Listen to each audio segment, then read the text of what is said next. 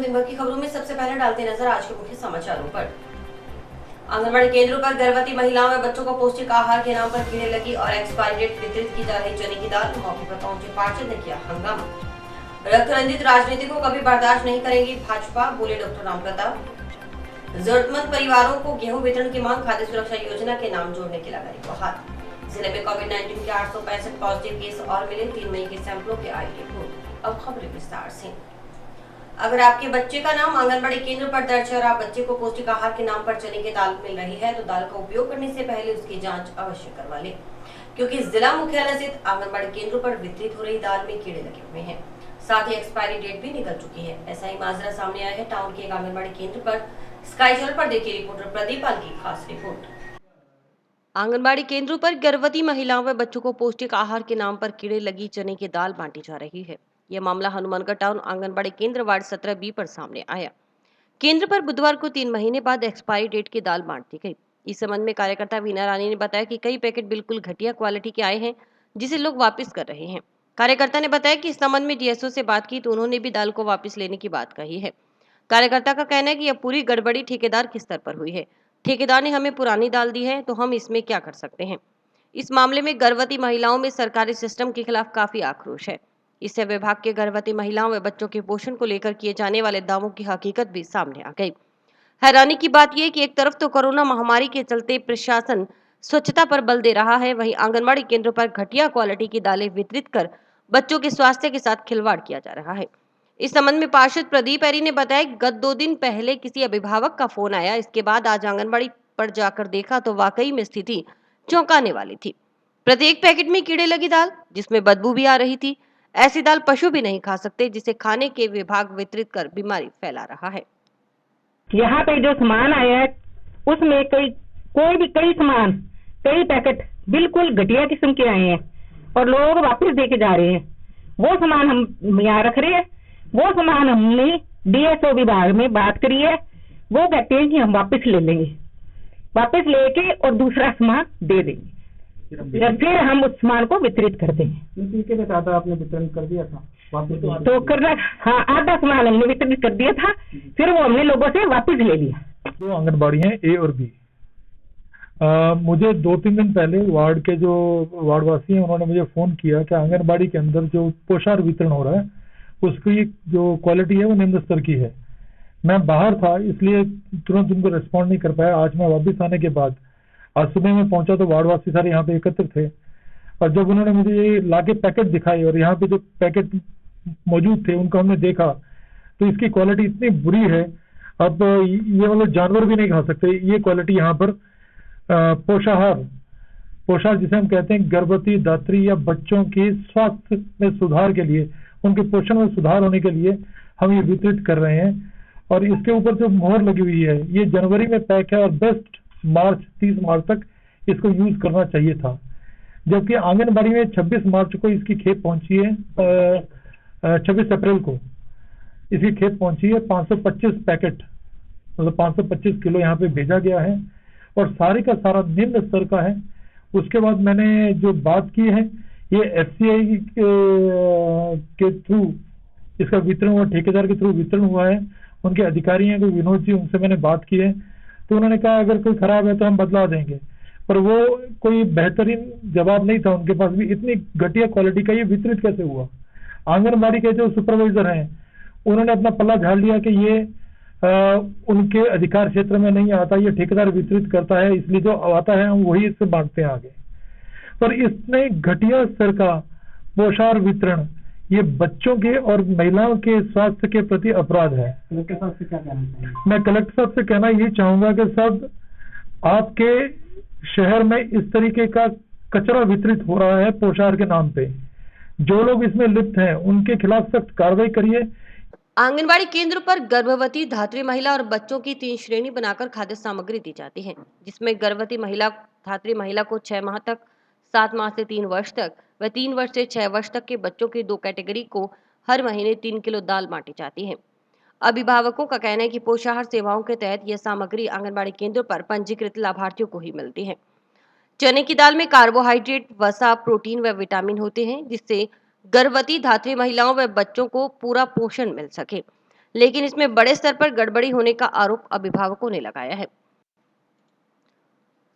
लाभार्थियों को आंगनबाड़ी केंद्रों पर 3 माह पुरानी कीड़े लगी दाल बांटी जा रही है। ऐसे में इनके स्वास्थ्य से सरेआम खिलवाड़ होता नजर आ रहा है। जनवरी माह की पैकेजिंग दाल 3 महीने बाद एक्सपायर हो गई। एक्सपायर होने के 3 महीने बाद आंगनबाड़ी केंद्रों पर दाल लगभग पूरी तरह से खराब हो चुकी है, जिसको न तो परिवार वाले उपयोग में ले सकते हैं और न ही गर्भवती महिला के काम आ सकती है। परिजनों ने इस मामले की शिकायत दी है। इनका यह कहना भी है कि यह दाल खाकर धात्री महिला व बच्चों को कुछ हो गया तो इसका जिम्मेदार कौन होगा।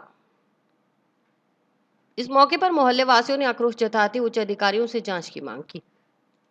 अभिभावक आत्माराम ने बताया कि बंद पैकेट में कीड़े लगी दाल आंगनबाड़ी केंद्र से वितरित हो रही है। एक तरफ तो कोरोना महामारी चल रही है, ऊपर विभाग इस तरह की सामग्री वितरित कर लोगों की सेहत के साथ खिलवाड़ कर रहा है।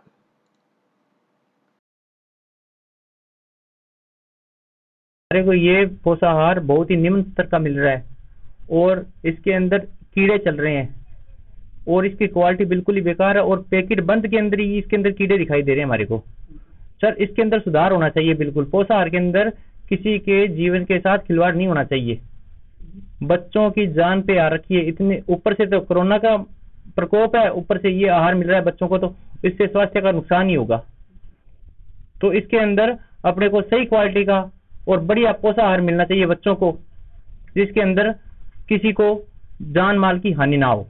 महिला एवं बाल विकास विभाग के उप निदेशक प्रवेश सोलंकी ने कहा कि विभाग के अधिकारियों को स्पष्ट निर्देश दे रखा है कि अगर कोई खाद्य सामग्री घटिया स्तर की हो तो उसका वितरण कतई नहीं करें। अगर इसके बावजूद ऐसा हुआ है तो संबंधित अधिकारियों के खिलाफ विभागीय कार्रवाई की जाएगी। इस मामले में आज ही एक कमेटी बनाकर मामले की जांच करवाई जाएगी और साथ ही सभी केंद्रों को निर्देश किया गया है कि ऐसी सामग्री वितरित नहीं करें। इसके अलावा जहां से सप्लाई हो रही है उन्हें भी अवगत करवाया जाएगा। इस मामले को राज्य सरकार को भी अवगत करवाया जाएगा। कलेक्टर ने भी कहा कि सुनिश्चित करेंगे कि जिले में मुख्यमंत्री द्वारा वितरित की जा रही खाद्य सामग्री उच्च गुणवत्ता की मिले। आपके माध्यम से ये अभी पता चला है कि शहर के वार्ड नंबर 17 में एक उदाहरण के तौर पर आंगनवाड़ी के द्वारा जो पोषाहार का वितरण किया जा रहा है लाभार्थियों को, वो एक्सपायरी डेट का है, साथ ही उसमें पत्थर या उसकी गुणवत्ता बड़ी खराब है। तो आज ही मैं एक कमेटी बना करके इस पूरे जो मामला है उसकी भी जांच करवाएंगे, प्लस डिप्टी डायरेक्टर आईसीडीएस और जो डीएसओ हैं या यहाँ सिविल सप्लाई के माध्यम से जो सप्लाई हो रही है, अभी हम तुरंत निर्देशित करेंगे कि कोई भी आंगनवाड़ी कार्यकर्ता अगर खराब माल है तो उसको किसी भी स्थिति में स्वीकार ना करें एवं नहीं बांटे। अगर किसी भी कार्यकर्ता ने इस तरीके का माल रख रखा है तो वो तुरंत प्रभाव से रसद अधिकारी को लौटाएं। प्लस जिम्मेदारों के लिए हम राज्य सरकार को भेजेंगे, क्योंकि जो सप्लाई है वो नेफेड और इनके एफसीआई इनके माध्यम से होती है। हम ये सुनिश्चित करेंगे कि जिले में आंगनवाड़ियों के माध्यम से माननीय मुख्यमंत्री जी का जो मुख्य उद्देश्य है कि लाभार्थियों को पोषण युक्त अच्छा भोजन मिले, अच्छी दाल गेहूं चावल मिले, ये हम सुनिश्चित करें। पश्चिम बंगाल में तृणमूल कांग्रेस कार्यकर्ताओं की ओर से की जा रही हिंसा, हत्या व लूटपाट की घटनाओं के विरोध में भाजपा के राष्ट्रीय अध्यक्ष जेपी नड्डा के आह्वान पर राष्ट्रव्यापी विरोध प्रदर्शन के तहत कोविड गाइडलाइन की पालना करते हुए बुधवार को पूरे राजस्थान प्रदेश में धरना प्रदर्शन किए गए। उसी क्रम में जिला मुख्यालय पर कलेक्ट्रेट में भारतीय जनता पार्टी जिला अध्यक्ष बलवीर बिश्नोई के नेतृत्व में विधानसभा क्षेत्र के नगर मंडल हनुमानगढ़ के पार्टी कार्यकर्ताओं की ओर से विरोध प्रदर्शन किया गया। इससे पहले कार्यकर्ताओं ने कोरोना गाइडलाइन की पालना सुनिश्चित करने के लिए परिसर में गोल घेरे बनाए ताकि यहां आने वाले हर शख्स को कोरोना गाइडलाइन की पालना कर सके। इस मौके पर जिला अध्यक्ष बलवीर बिश्नोई ने कहा कि पश्चिम बंगाल में चुनाव नतीजों के बाद जो घटनाएं देखने और सुनने को मिल रही हैं, वो हमें हतप्रभ करती हैं, चिंता में डालती हैं। ऐसी घटनाएं भारत विभाजन के समय सुनी थी, लेकिन आजाद भारत में चुनाव नतीजों के बाद इतनी असहिष्णुता आज तक नहीं देखी। उन्होंने कहा कि हम बंगाल के कार्यकर्ताओं को विश्वास दिलाना चाहते हैं कि भाजपा का हर कार्यकर्ता आपके साथ है। भारतीय जनता पार्टी के सभी कार्यकर्ता इस तरह के अत्याचार की कठोर निंदा करते हैं। 2 मई के इस 5 राज्यों के चुनाव के बाद पश्चिम बंगाल में तृणमूल कांग्रेस सरकार द्वारा, ममता बनर्जी सरकार द्वारा जिस प्रकार से पश्चिम बंगाल में भारतीय जनता पार्टी के कार्यकर्ताओं की हत्या, आमजन के साथ लूटपाट, भारतीय जनता पार्टी के कार्यकर्ताओं को जलाने संबंधी अनेक घटनाओं की भारतीय जनता पार्टी घोर निंदा करती है, क्योंकि लोकतंत्र में हिंसा का कोई स्थान नहीं। 5 राज्यों के चुनाव परिणाम आए, 4 राज्यों में अलग अलग दलों की सरकार बनी, जिसमें 2 भारतीय जनता पार्टी, 1 जगह कम्युनिस्ट, और तमिलनाडु में दरमुख की सरकार बनी, लेकिन कहीं कोई हिंसा नहीं हुई। लेकिन पश्चिम बंगाल में जो तृणमूल सरकार द्वारा, पार्टी की सरकार द्वारा जो हिंसा की घटना की, वो निंदनीय है। भारतीय जनता पार्टी इसकी घोर निंदा करती है। और इसी के साथ साथ जो कांग्रेस हमेशा विपक्षी दल मुख्यतः उनमें कांग्रेस जो लोकतंत्र बचाने की बात करती है, आज वो मौन है, तो उस पर भी सवालिया निशान खड़ा होता है। पूर्व मंत्री डॉक्टर रामप्रताप ने कहा कि बंगाल में सत्ता में बैठे लोगों की रक्त रंजित राजनीति को भाजपा कभी बर्दाश्त नहीं करेगी। प्रजातांत्रिक तरीके से सबका साथ, सबका विकास, सबका विश्वास के मंत्र के साथ भाजपा प्रधानमंत्री नरेंद्र मोदी के नेतृत्व में आगे बढ़ रही है, लेकिन भाजपा बंगाल की जनता का राजनीतिक उत्पीड़न बर्दाश्त नहीं करेगी। उन्होंने कहा कि ममता बनर्जी विरोध को सहन नहीं कर पा रही हैं, जो स्वस्थ लोकतंत्र के लिए उचित नहीं है। लोकतंत्र में हार और जीत चलती रहती है और हार जीत भी होती है, लेकिन जो पश्चिम बंगाल में टीएमसी के वर्कर्स द्वारा वहाँ की नेता की शय की वजह से जगह जगह पर लूटपाट और कत्लेआम हो रहा है, इस चीज के लिए हम निंदा करते हैं। नगर मंडल अध्यक्ष पवन श्रीवास्तव ने कहा कि इस मौके पर भाजपा कार्यकर्ताओं ने बनाए गए गोल घेरे में खड़े होकर आमजन को कोरोना गाइडलाइन की पालना करने की अपील भी की। बंगाल में टीएमसी के गुंडों द्वारा जो भारतीय जनता पार्टी के कार्यकर्ताओं का कत्लेआम किया जा रहा है, उसके विरोध में भारतीय जनता पार्टी हनुमानगढ़ जिला इकाई ने आज यहाँ विरोध प्रदर्शन किया कलेक्ट्रेट में। और विरोध प्रदर्शन में हम लोगों ने कोविड-19 के तहत जो सावधानियां बरतनी चाहिए उसका पूर्ण रूप से ध्यान रखा है और काली पट्टी बांध के हम लोगों ने विरोध प्रदर्शन किया है। गोले बनाए थे चौक से, जिसमें कार्यकर्ताओं ने पूरा सोशल डिस्टेंसिंग का पालन करते हुए और ये विरोध प्रदर्शन किया है। और हम टीएमसी के गुंडों द्वारा, ममता बनर्जी के द्वारा ये जो बीजेपी कार्यकर्ताओं पर हमले और उनके घरों को जलाया जा रहा है और माताओं बहनों के साथ बलात्कार किया जा रहा है, इसकी पुरजोर निंदा करते हैं। और भारतीय जनता पार्टी के करोड़ों कार्यकर्ता बंगाल के कार्यकर्ताओं के साथ खड़े हैं। मानवता भलाई के कार्यों में अग्रणी रहने वाले डेरा सच्चा सौदा सिरसा के सेवादार एक बार फिर कोरोना महामारी के दौर में अपनी जान की परवाह किए बगैर दिन रात ड्यूटी कर रहे हैं। कोरोना वॉरियर्स की मदद में आगे आए हैं। इसी कड़ी में डेरा सच्चा सौदा की Shah Satnam ji greenness welfare force wing के सेवादार पिछले कई दिनों से कोरोना वॉरियर्स, चिकित्सा कर्मियों, पुलिस जवानों, एम्बुलेंस कर्मियों, सफाई कर्मचारियों आदि को नींबू पानी पिलाने की सेवा कर रहे हैं। बुधवार को Shah Satnam ji greenness welfare force wing के सेवादारों ने जंक्शन इलाका में पुलिस जवानों, मेडिकल स्टोर संचालकों व राहगीरों को नींबू पानी पिलाने की सेवा की। सबसे पहले सेवादारों ने जंक्शन थाना में पुलिस जवानों को नींबू पिलाकर कड़ी धूप में ड्यूटी कर रहे कोरोना वॉरियर्स की हौसला अफजाई करते हुए सेवाओं को सराहा। इस दौरान थाना प्रभारी नरेश गहरा ने कहा कि वैश्विक महामारी के दौर में पुलिस जवान पूरी मुस्तैदी से ड्यूटी कर रहे हैं। उन्होंने आमजन से अपील भी की कि वे हालात सामान्य न होने तक बेवजह घरों से बाहर न निकलें। इसके बाद डेरा सेवेदारों ने roadways bus depot, bus stand, Bhagat Singh Chowk, railway station, Chuna Phatak, canal colony, चिकित्सालय, सदर थाना, महिला थाना, कलेक्टर परिसर में सरकारी कर्मचारियों के साथ आमजन को भी नींबू पानी पिला कड़ी धूप में प्यास बुझा राहत दिलाई। जंक्शन में भगत सिंह चौक के आसपास स्थित मेडिकल स्टोर संचालकों के साथ ही राहगीरों को भी नींबू पानी पिलाने की सेवा की गई। हम हमारे सतगुरु जी की दी हुई प्रेरणा के मुताबिक आज सभी डॉक्टर्स हैं और पुलिस लाइन के जो मेंबर हैं उनको हम नींबू पानी की सेवा कर रहे हैं। और कोरोना काल का टाइम चल रहा है, हजूर पिताजी के मुताबिक इस टाइम नींबू पानी कोरोना काल में बहुत बड़ा सहायक है और उनको हम ये नींबू पानी डॉक्टर्स और पुलिस वालों को पिला रहे हैं। हम Shah Satnam ji greenness welfare force डेरा सच्चा सौदा के जिम्मेवार हैं और यहाँ हम जो अब संत गुरमीत राम रहीम सिंह जी इंसा जी के पावन प्रेरणा से हम पूरे हनुमानगढ़ एरिया के अंदर जो इस कोरोना काल में सेवा कर रहे हैं, जैसे पुलिस लाइन के पुलिस अफसर, मेडिकल स्टाफ, डॉक्टर्स, नगर पालिका, इन सबको नींबू पानी पिलाकर ये सेवा कर रहे हैं। जिले में बढ़ रहे कोरोना संक्रमण के मद्देनजर युवक कांग्रेस की ओर से चिकित्सा एवं स्वास्थ्य विभाग को मास्क और सैनिटाइजर उपलब्ध करवाए गए। बुधवार को युवक कांग्रेस जिलाध्यक्ष अशोक कुलड़िया के नेतृत्व में संगठन पदाधिकारियों ने मुख्य चिकित्सा एवं स्वास्थ्य अधिकारी डॉक्टर नवनीत शर्मा को सीएमएचओ कार्यालय में यह सम्मान भेंट किया।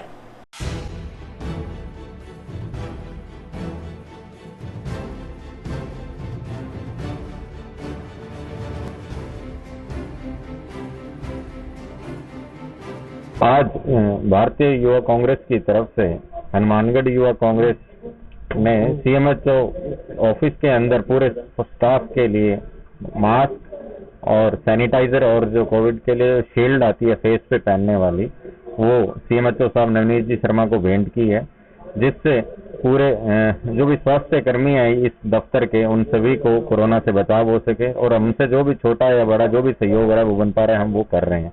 साथ ही साथ पहले जैसे हम पिछले दिनों राजकीय अस्पताल को सैनिटाइज किया है, हमारे बस स्टैंड को सैनिटाइज किया और जो भी सार्वजनिक स्थल है उनको हम सैनिटाइज कर रहे हैं। आगामी सीएमएचओ साहब ने यहाँ रिक्वेस्ट करी है इस भवन को सैनिटाइज करने की, तो आगामी जब 2-4 दिन में जब भी हमारा ये इस तरफ आएंगे जंक्शन की तरफ, तो इस भवन को भी सैनिटाइज करने का कार्यक्रम रहेगा। तो पूरे जिले के अंदर हमने सभी तहसील स्तर के ऊपर हेल्पलाइन जारी कर रखी है, जिसमें जिला मुख्यालय पे एक तो मेरा नंबर है और मेरे साथी हैं लोकेंद्र जी, इनका नंबर है, और सरपंच रोहित स्वामी, इनका नंबर है। और हम जो भी मदद बन पा रही है, जो पहले ऑक्सीजन के लिए या एडमिशन हॉस्पिटल्स में एडमिशन के लिए जो भी रिक्वायरमेंट थी या उनकी जो भी हेल्प हम अटेंडेंट की या मरीज की कर पा रहे थे, वो हम कंटिन्यूअसली कर रहे हैं। जिले में बड़ी संख्या में कोविड-19 से संक्रमित होने वालों का सिलसिला थमने का नाम नहीं ले रहा। पिछले कुछ दिनों से रोजाना 900 के आसपास कोविड-19 संक्रमित पॉजिटिव केस मिल रहे हैं, जो चिंताजनक स्थिति कही जा सकती है। रेड अलर्ट जन अनुशासन पखवाड़ा के बावजूद जिले में कोरोना वायरस संक्रमण के मामले तेजी से बढ़ रहे हैं। बावजूद इसके लोगों की लापरवाही कम नहीं हो रही। रेड अलर्ट जन अनुशासन पखवाड़ा के बावजूद जिले में कोरोना वायरस संक्रमण तेजी से बढ़ रहा है। इन सबके बीच बुधवार को जिले में 865 नए पॉजिटिव केस मिले हैं। 3 मई के 2719 सैंपलों की बुधवार सुबह आई रिपोर्ट में 865 नए पॉजिटिव रोगी सामने आए हैं। 49 जनों की रिपीट फ्रेश सैंपल मांगे गए हैं। 26 जनों की रिपीट सैंपल पॉजिटिव आई है। 1616 सैंपल की रिपोर्ट नेगेटिव प्राप्त हुई है। 3 मई के 163 सैंपल की रिपोर्ट अभी आना शेष है। उधर बुधवार को जिले में वैक्सीनेशन नहीं हुआ। गुरुवार को केवल सेकेंड डोज वालों के ही टीकाकरण होगा। इसके तहत गोलूवाला में 60 जने कोरोना पॉजिटिव पाए गए हैं। बुधवार को जिले में मिले 865 नए पॉजिटिव केसों में जिला मुख्यालय पर जंक्शन स्थित पुलिस लाइन में 8, दुर्गा कॉलोनी में 3, सेक्टर 12 में 2, हुड़को कॉलोनी में 2, सिविल लाइन में 8, फॉरेस्ट कॉलोनी में 3, जन स्वास्थ्य अभियांत्रिकी विभाग के एक्सियन कार्यालय में 2, HDFC बैंक शाखा में 2, तिलक सर्किल के पास 3, सदर थाना में 1, कलेक्ट्रेट में 1, श्याम सिंह कॉलोनी में 3, वार्ड नंबर 12 में 3, जिला कारागृह में 1, SDM कॉलोनी में भी 1, MDM हॉस्पिटल में 2, वार्ड नंबर 9 मक्कासर में 1, वार्ड 6 सतीपुरा में 1, महावीर जैन कॉलेज में 2, SBI बैंक शाखा गोलूवाला में 5, गोलूवाला पुलिस थाना में 1, BCMO कार्यालय पीलीबंगा में 1, पुलिस चौकी जाखड़ावली में 1, डब्ल्यूआस मौलवी में 13, पुलिस थाना खोइया में 1, संगरी आबकारी थाना में 2, गांव बोलावाली में 2, रतनपुरा में 9, नाथवाना में 3, ढाबा में 10, CSC संगरिया से 1, CSC भादरा में 2 जने कोरोना पॉजिटिव पाए गए हैं। गंगानगर सांसद निहाल चंद ने पश्चिम बंगाल के मौजूदा हालात पर चिंता व्यक्त करते हुए वहां राष्ट्रपति शासन लगाने की मांग की है। सांसद ने कहा कि पश्चिम बंगाल में विधानसभा चुनाव के नतीजे सामने आते ही राज्य के विभिन्न हिस्सों में बड़े पैमाने पर हिंसा की खबरें सामने आने लगी हैं। राज्य के अलग अलग हिस्सों में हुई झड़पों में कम से कम 12 भाजपा कार्यकर्ताओं की भी मौत हो चुकी है। जंक्शन में महाराजा अग्रसेन भवन के नजदीक कार में बाइक में भिड़ंत से 3 जने घायल हो गए। हादसे में बाइक सवार एक युवक के पैर टूट गए। पुलिस ने बाइक सवार दोनों घायलों को जिला चिकित्सालय पहुंचाया। हादसे में कार चालक के मामूली चोटें आई हैं। मिली जानकारी के मुताबिक भट्टा कॉलोनी निवासी युवक रमेश व मनीराम मोटरसाइकिल पर कलेक्ट्रेट की तरफ जा रहे थे। जब वे शिव मंदिर सिनेमा व महाराजा अग्रसेन भवन के बीच से तिराहे पर पहुंचे तो कलेक्ट्रेट की तरफ से आई कार बाइक में भिड़ंत हो गई। बाइक से टकराने के साथ ही कार डिवाइडर से जा भिड़ी, इससे डिवाइडर भी क्षतिग्रस्त हो गया। हादसे में बाइक सवार दोनों युवकों के पैरों पर चोट लगी है, जबकि कार चालक के मामूली चोट लगी है। गनीमत रही कि कार के एयरबैग खुलने से चालक के अधिक चोट नहीं आई। हादसे की कुछ देर तक बाइक सवार दोनों युवक सड़क पर दर्द से कराहते रहे, लेकिन किसी ने उन्हें उठाकर अस्पताल पहुंचाने की जहमत नहीं उठाई। सूचना पाकर पहुंची जंक्शन पुलिस ने बाइक सवार दोनों घायलों को ई-रिक्शा के जरिए टाउन जिला अस्पताल पहुंचाया। हादसे में कार का आगे का हिस्सा बुरी तरह से क्षतिग्रस्त हो गया। बाइक को भी काफी नुकसान पहुंचा है।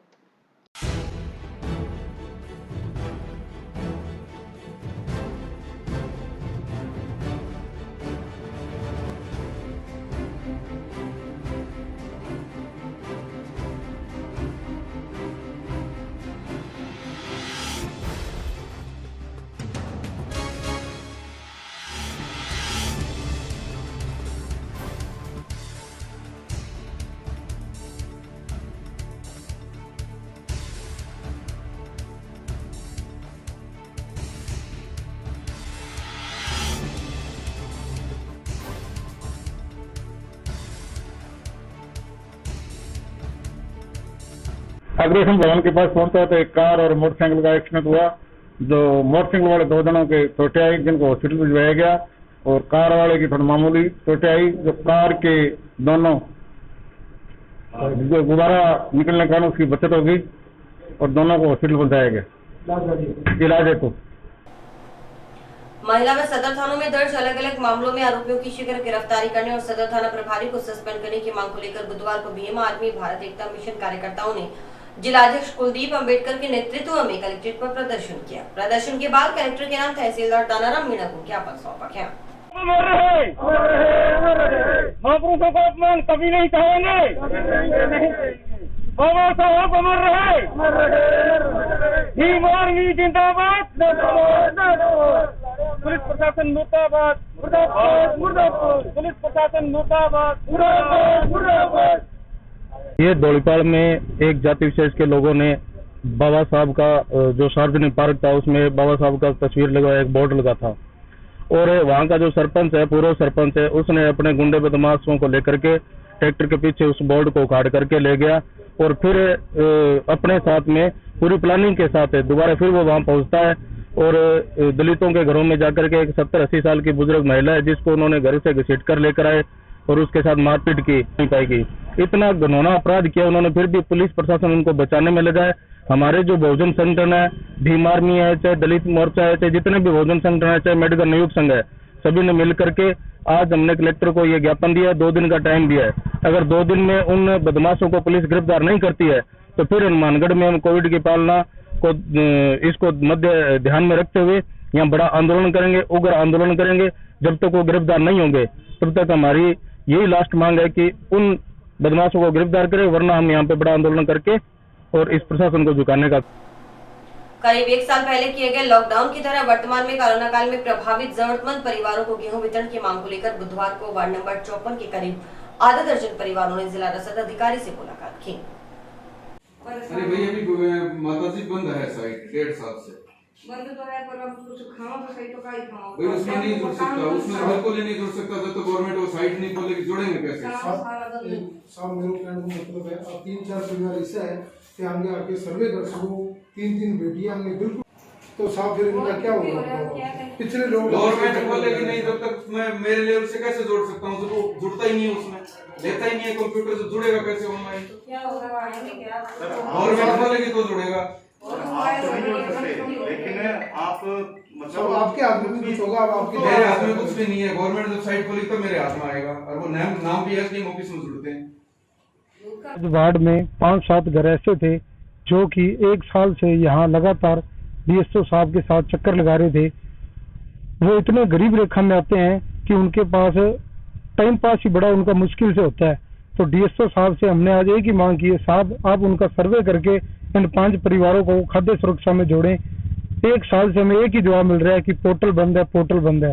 साहब हमारा आपसे हाथ जोड़ के निवेदन है कि इनको गरीबी रेखा में, ये बिल्कुल गरीबी रेखा में आते हैं, आप इनका सर्वे कर सकते हैं और इनका खाद्य सुरक्षा में नाम जोड़े। वार्ड 54 है जी, 5-6 परिवार ऐसे हैं, बिल्कुल आप पत्रकार साहब भी उनका सर्वे कर सकते हैं, बिल्कुल गरीबी रेखा में है जी।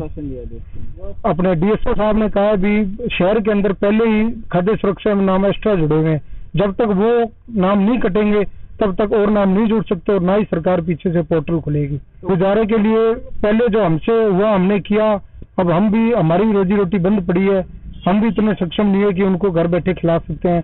तो हमने डीएसओ साहब से भी यही मांग की है, जैसे पिछली बार भी अपने जो खाद्य सुरक्षा में नहीं जुड़े थे उनको भी सरकार ने गेहूं दिया था, तो मेरी यही मांग है इसकी बार भी उनको गेहूं दिया जाए ताकि उनको गुजारा हो सके।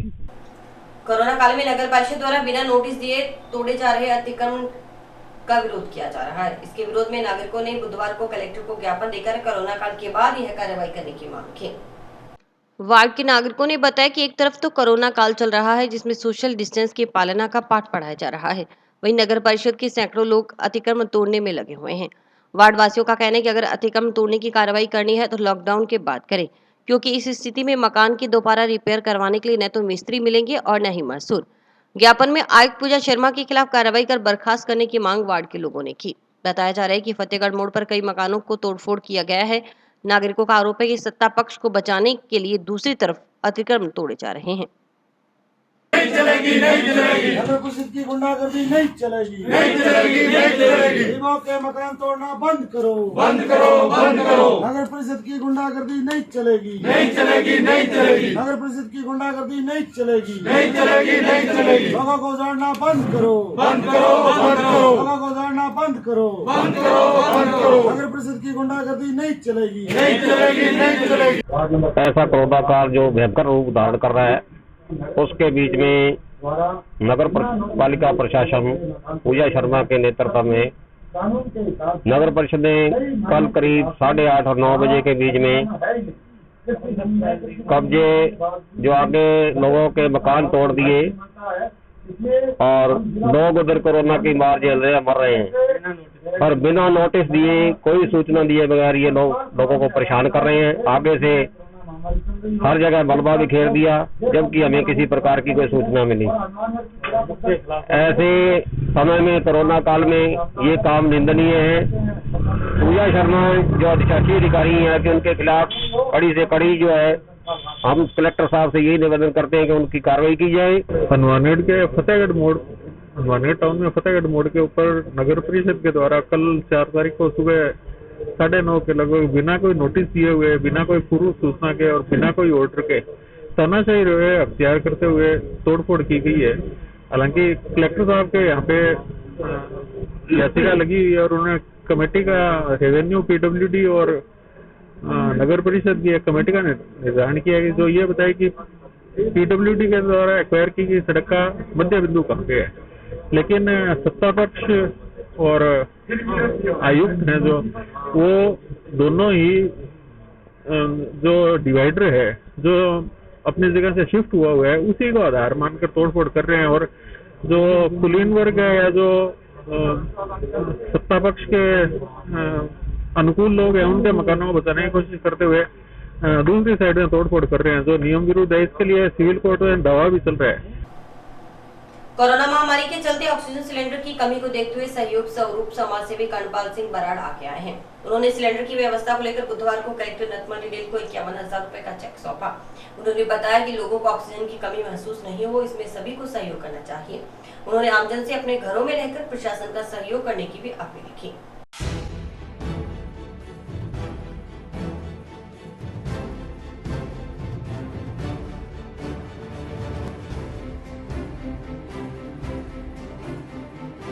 आज कलेक्टर कार्यालय में जो कोरोना महामारी का ज़्यादा बढ़ा हुआ होने करके इसमें 51,000 रुपये का सहयोग, ऑक्सीजन का जो प्लांट इसमें लग रहा है उसमें सहयोग कर रहा हूँ।